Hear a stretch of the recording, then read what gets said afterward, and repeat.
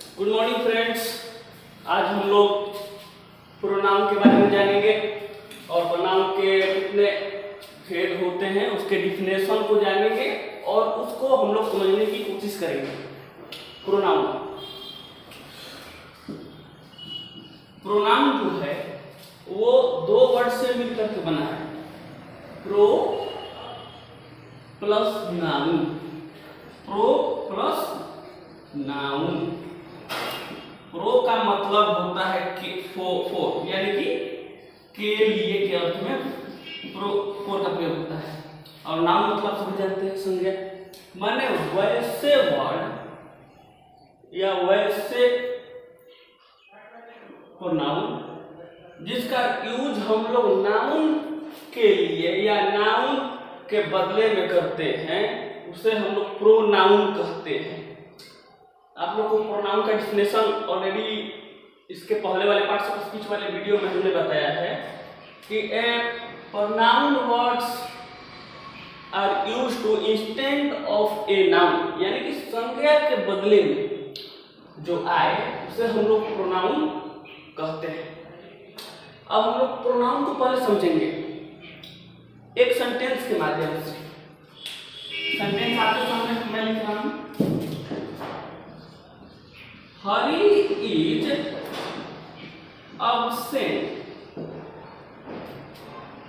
because Hari is ill. इसमें ये noun है और यहां पर भी नाउन। इस सेंटेंस में हरी शब्द का हरी जो नाम है उसको दो बार यूज किया गया है। हरी इज एब्सेंट, हरी एब्सेंट है, हरी अनुपस्थित है क्योंकि हरी बीमार है। तो क्या हम एक ही सेंटेंस में एक ही इंसान के लिए बार बार हरी शब्द का प्रयोग करते हैं तो वो सेंटेंस अच्छा नहीं लगता है। अब हरी एब्सेंट है क्योंकि हरी बीमार है इसलिए हरी स्कूल नहीं आया, चाहे काम पर नहीं गया।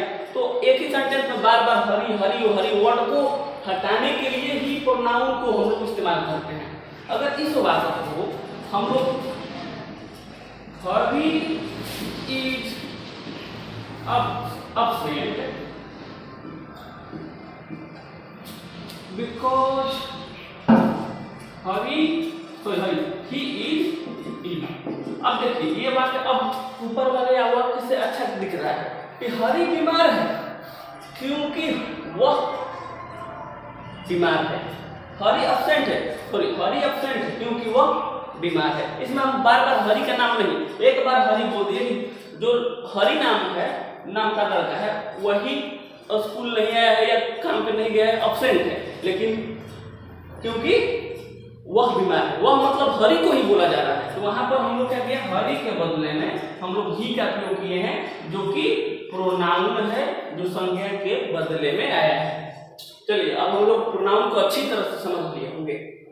अब हम लोग प्रोनाउन का जो पहला भेद होता है पर्सनल प्रोनाउन, हम लोग अब उसके बारे में जानेंगे कि पर्सनल प्रोनाउन क्या होता है। अब हम लोग पर्सनल प्रोनाउन के बारे में जानेंगे कि क्या होता है। अब हम लोग पर्सनल प्रोनाउन के बारे में जानेंगे कि पर्सनल प्रोनाउन का डिफिनेशन क्या कहता है और उसको हम लोग समझने की कोशिश करेंगे वाक्य यानी सेंटेंस के माध्यम से। पर्सनल प्रोनाउन जिसका हिंदी होता है व्यक्तिवाचक सर्वनाम, उसका डिफिनेशन इस प्रकार है, I, we, you, he, she, it and they are called personal pronoun. यानी कि I, we, you, they, he, she, it, name, they को ही पर्सनल प्रोनाउन कहते हैं, ठीक, बिकॉज दे और stand for the three person. इसको हम लोग क्योंकि इसको हम लोग ये तीनों और ये he, she, it, name, I, we, you, they को हम लोग तीन भागों में बांटा है पर्सनल प्रोनाउन में। अब हम लोग इसमें देखते हैं कैसे। आई, एक मिनट,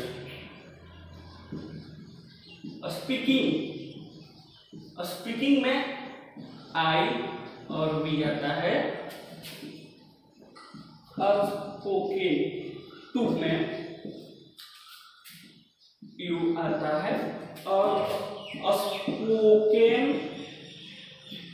ऑफ में ही सी इट नेम और दे भी आता है। ठीक, अब हम लोग जानेंगे कि किस प्रकार इसका उपयोग हम लोग करते हैं पर्सनल प्रोनाउन में या पूरा प्रोनाउन में। जो व्यक्ति बोलता है उसको कहते हैं फर्स्ट पर्सन। ये फर्स्ट पर्सन हुआ, ये फर्स्ट पर्सन हुआ, ये सेकेंड पर्सन हुआ और ये थर्ड पर्सन हुआ। बोलने वाले व्यक्ति को हम लोग फर्स्ट पर्सन कहते हैं, जिसमें डिफिनेशन में आई और बी फर्स्ट पर्सन है। सुनने वाले को सेकेंड पर्सन कहते हैं, इसमें यू हो गया। और जिसके बारे में बोला जाए उसको हम लोग थर्ड पर्सन कहते हैं, ही सी इट और दे। नाम भी आता है, किसी को नाम लेकर के बोल सकते हैं। अब हम लोग जानेंगे कि फर्स्ट पर्सन बोलने वाले को, सेकंड पर्सन सुनने वाले को और थर्ड पर्सन जिसके बारे में बोला जाए उसी लिए उसको हम लोग थर्ड पर्सन कहते हैं। अब हम लोग यहाँ पर चर्चा करते हैं कि पर्सनल नाउन, इसको पर्सनल नाउन क्यों कहा जाता है। क्योंकि हम लोग कभी भी यूज करते हैं तो ज्यादातर इसी प्रोनाउन का हम लोग यूज करते हैं अपने लाइफ में, ज्यादातर इसको ही यूज करते हैं। क्यों? या तो हम किसी के बारे में किसी को बोलते हैं या किसी को सुनाते हैं या किसी के बारे में बोलते हैं, बस इतना ही तो होता है। या तो हम लोग किसी के बारे में बोलेंगे या किसी को बोलेंगे, ज्यादातर इसलिए इसको पर्सनल प्रोनाउन कहा जाता है। क्योंकि ज्यादातर इसका इस्तेमाल किया जाता है, इसलिए इसको पर्सनल प्रोनाउन यानी कि व्यक्तिवाचक सर्वनाम बोलते हैं। और ये जो पर्सनल प्रोनाउन का जो हमने डिफिनेशन और आपको एक्सप्लेन किया, ये एक बेसिक नॉलेज है पर्सनल प्रोनाउन का। इसका जो डीप में जो वीडियो आएगा स्पेशली फॉर पर्सनल प्रोनाउन का, उसमें और डिटेल में पर्सनल प्रोनाउन बताया जाएगा। ठीक,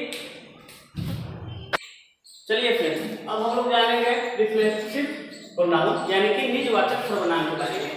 उसका डिफिनेशन क्या कहता है, पहले उसको देखते हैं। It represents the action performed by the subject is on the subject itself. Reflexive pronoun उसे कहते हैं जिसमें खुद कर्ता जो कार्य करता है उसका फल खुद कर्ता पे ही पड़े, उसी को हम लोग रिफ्लेक्सिव प्रोनाउन यानी कि निजवाचक सर्वनाम कहते हैं। माने मतलब कि जो कोई काम कर रहा है और उस काम का असर उस खुद पे हो, उसे हम लोग रिफ्लेक्सिव प्रोनाउन कहते हैं। अब हम लोग रिफ्लेक्सिव प्रोनाउन में सेल्फ के साथ हम लोग माई, आवर, हिम, हर, इट का प्रयोग करते हैं। जैसे my self, your self, him self, her self और इट सेल्फ। और सेल्फ का प्रयोग योर, देम, योर के साथ होता है। कैसे? और सेल्फ, देम सेल्फ और योर सेल्फ। इसका इस्तेमाल कुछ के प्लूरल के लिए होता है, प्लूरल के लिए होता है। इसका प्रयोग प्लूरल के लिए होता है। अब हम लोग उदाहरण के माध्यम से इसके डिफिनेशन को समझेंगे। आई हर्ट माई सेल्फ, मैंने अपने आप को हर्ट किया यानी दुखी किया, यानी इसमें वो अपने आप को दुखी किया। तो इसमें ये पता चलता है कि कर्ता भी वही है और फल भी उसी पर पड़ रहा है। ठीक, एक नीचे उदाहरण है, दे हर्ट देमसेल्फ, उसने अपने आप को ही क्या किया, देमसेल्फ ने खुद को ही हर्ट किया, दुखी किया। मान लीजिए कि आप प्यार कीजिएगा और आपको धोखा मिलेगा, तो वो भी एक रिफ्लेक्सिव परिणाम है, क्योंकि जब दिल टूटेगा तो किस पे प्रभाव पड़ेगा? प्यार आपने किया तो दिल आपका टूटेगा तो प्रभाव अपनी पर पड़ेगा, तो वही है रिफ्लेक्सिव परिणाम। इससे हम लोग आसानी से समझ लेंगे। समझ गए आप लोग रिफ्लेक्सिव परिणाम किसे कहते हैं? वैसे परिणाम जिसमें जो काम करता है उस किए गए कार्य का फल और असर खुद कर्ता पे ही देखने को मिले, उससे हम लोग रिफ्लेक्सिव परिणाम कहते हैं। आप लोग डिफिनेशन के माध्यम से समझ गए होंगे। चलिए फ्रेंड्स, अब हम लोग जानेंगे एम्फैटिक प्रोनाउन यानी बलदायक सर्वनाम के डिफिनेशन और उसको एग्जाम्पल के माध्यम से सुनेंगे। एम्फैटिक प्रोनाउन यानी बलदायक सर्वनाम। An emphatic pronoun is that which is used to add the emphasis to the subject of the sentence. Emphatic pronoun का यूज वहां होता है जहां एम्फैटिक प्रोनाउन का यूज सेंटेंस के सब्जेक्ट पर एम्फेसिस डालने के लिए होता है। एम्फेसिस यानी कि बल डालने के लिए होता है। एम्फैटिक प्रोनाउन का जो यूज है वो किसी भी सेंटेंस के सब्जेक्ट पर बल डालने के लिए यानी एम्फेसिस डालने के लिए किया जाता है। उसमें भी जस्ट लाइक रिफ्लेक्सिव प्रोनाउन की तरह सेल्फ लगेगा, माई, आवर, हिम, हर और इट के साथ, और इसमें पुलिंग के साथ लगेगा सेल्फ और सेल्फ, देम सेल्फ और योर सेल्फ। अब चलिए हम लोग एग्जांपल के माध्यम से समझेंगे। सी हरसेल्फ ओपन द डोर। ठीक, अब इसमें सब्जेक्ट इसमें कौन है? इस वाक्य में सब्जेक्ट कौन है? इस वाक्य में सब्जेक्ट कौन है?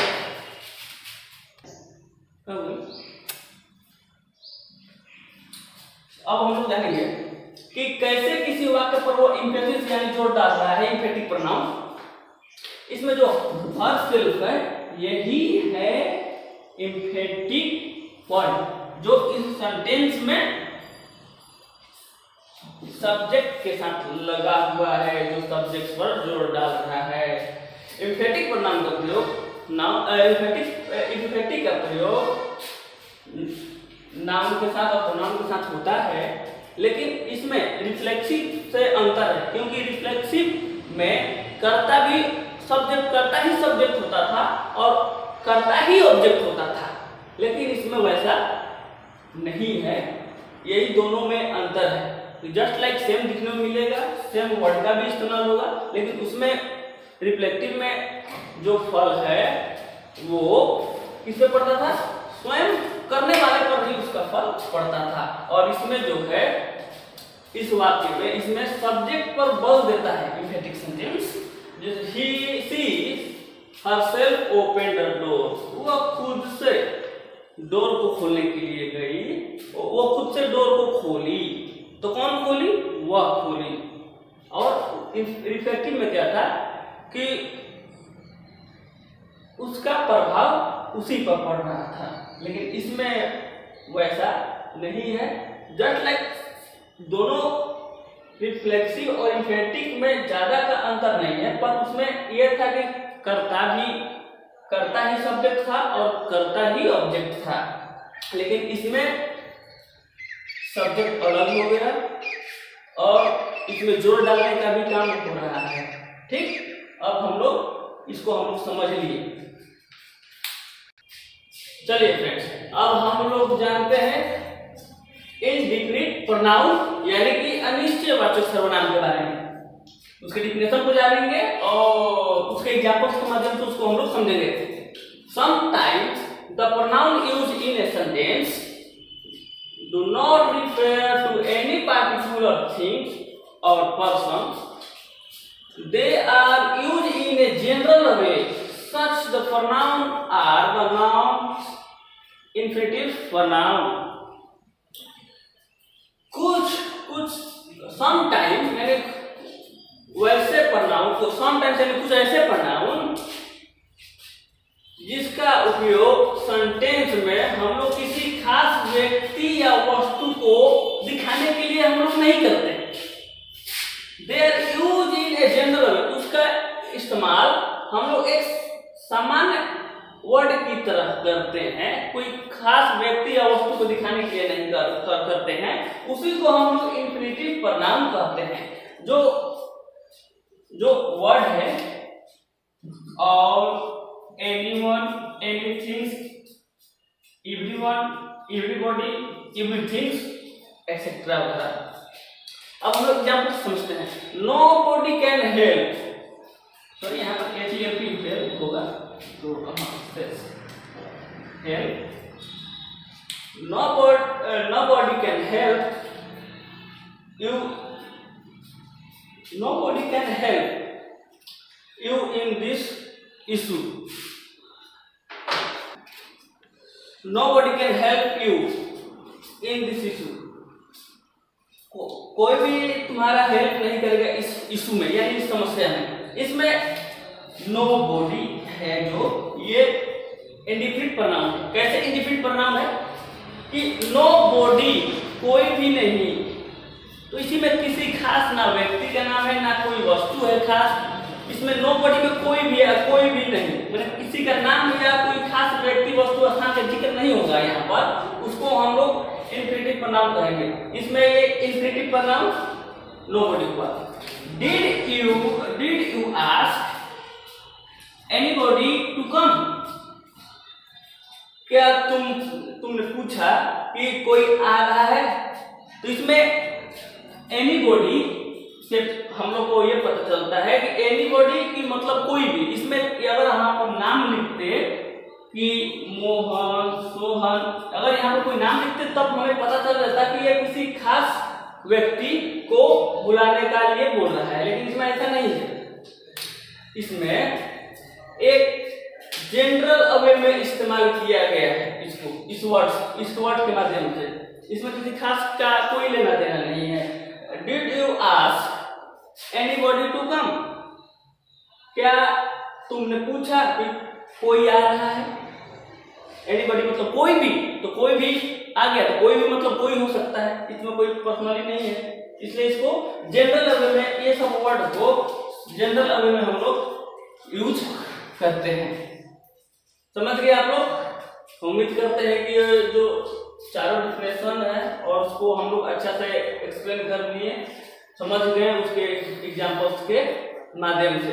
आगे मेरे और भी जो 5 ठो जो बचा हुआ है, relative pronoun, demonstrative pronoun, interrogative pronoun, distributive pronoun और पोजेसिव प्रोनाउन, इसका वीडियो अगले भाग यानी प्रोनाउन के पार्ट 2 में आपको इस पांचों का डिफिनेशन और उसके एग्जाम्पल के माध्यम से मिलेगा और हम लोग उसको समझेंगे। आगे हमारे इस चैनल इसको देखने के लिए, हमारे इस वीडियो को ऐसे ही प्रतिदिन देखने के लिए हमारे चैनल को सब्सक्राइब करें और बेल आइकन को दबाएं और लाइक और शेयर करते रहें, ताकि आप लोग को मेरा वीडियो जो प्रतिदिन अपलोड किया जाता है इस चैनल पर वो आपको प्रतिदिन मिलते रहें और आप इंग्लिश ग्रामर को शुरू से आसानी से सीखते रहें। Thank you.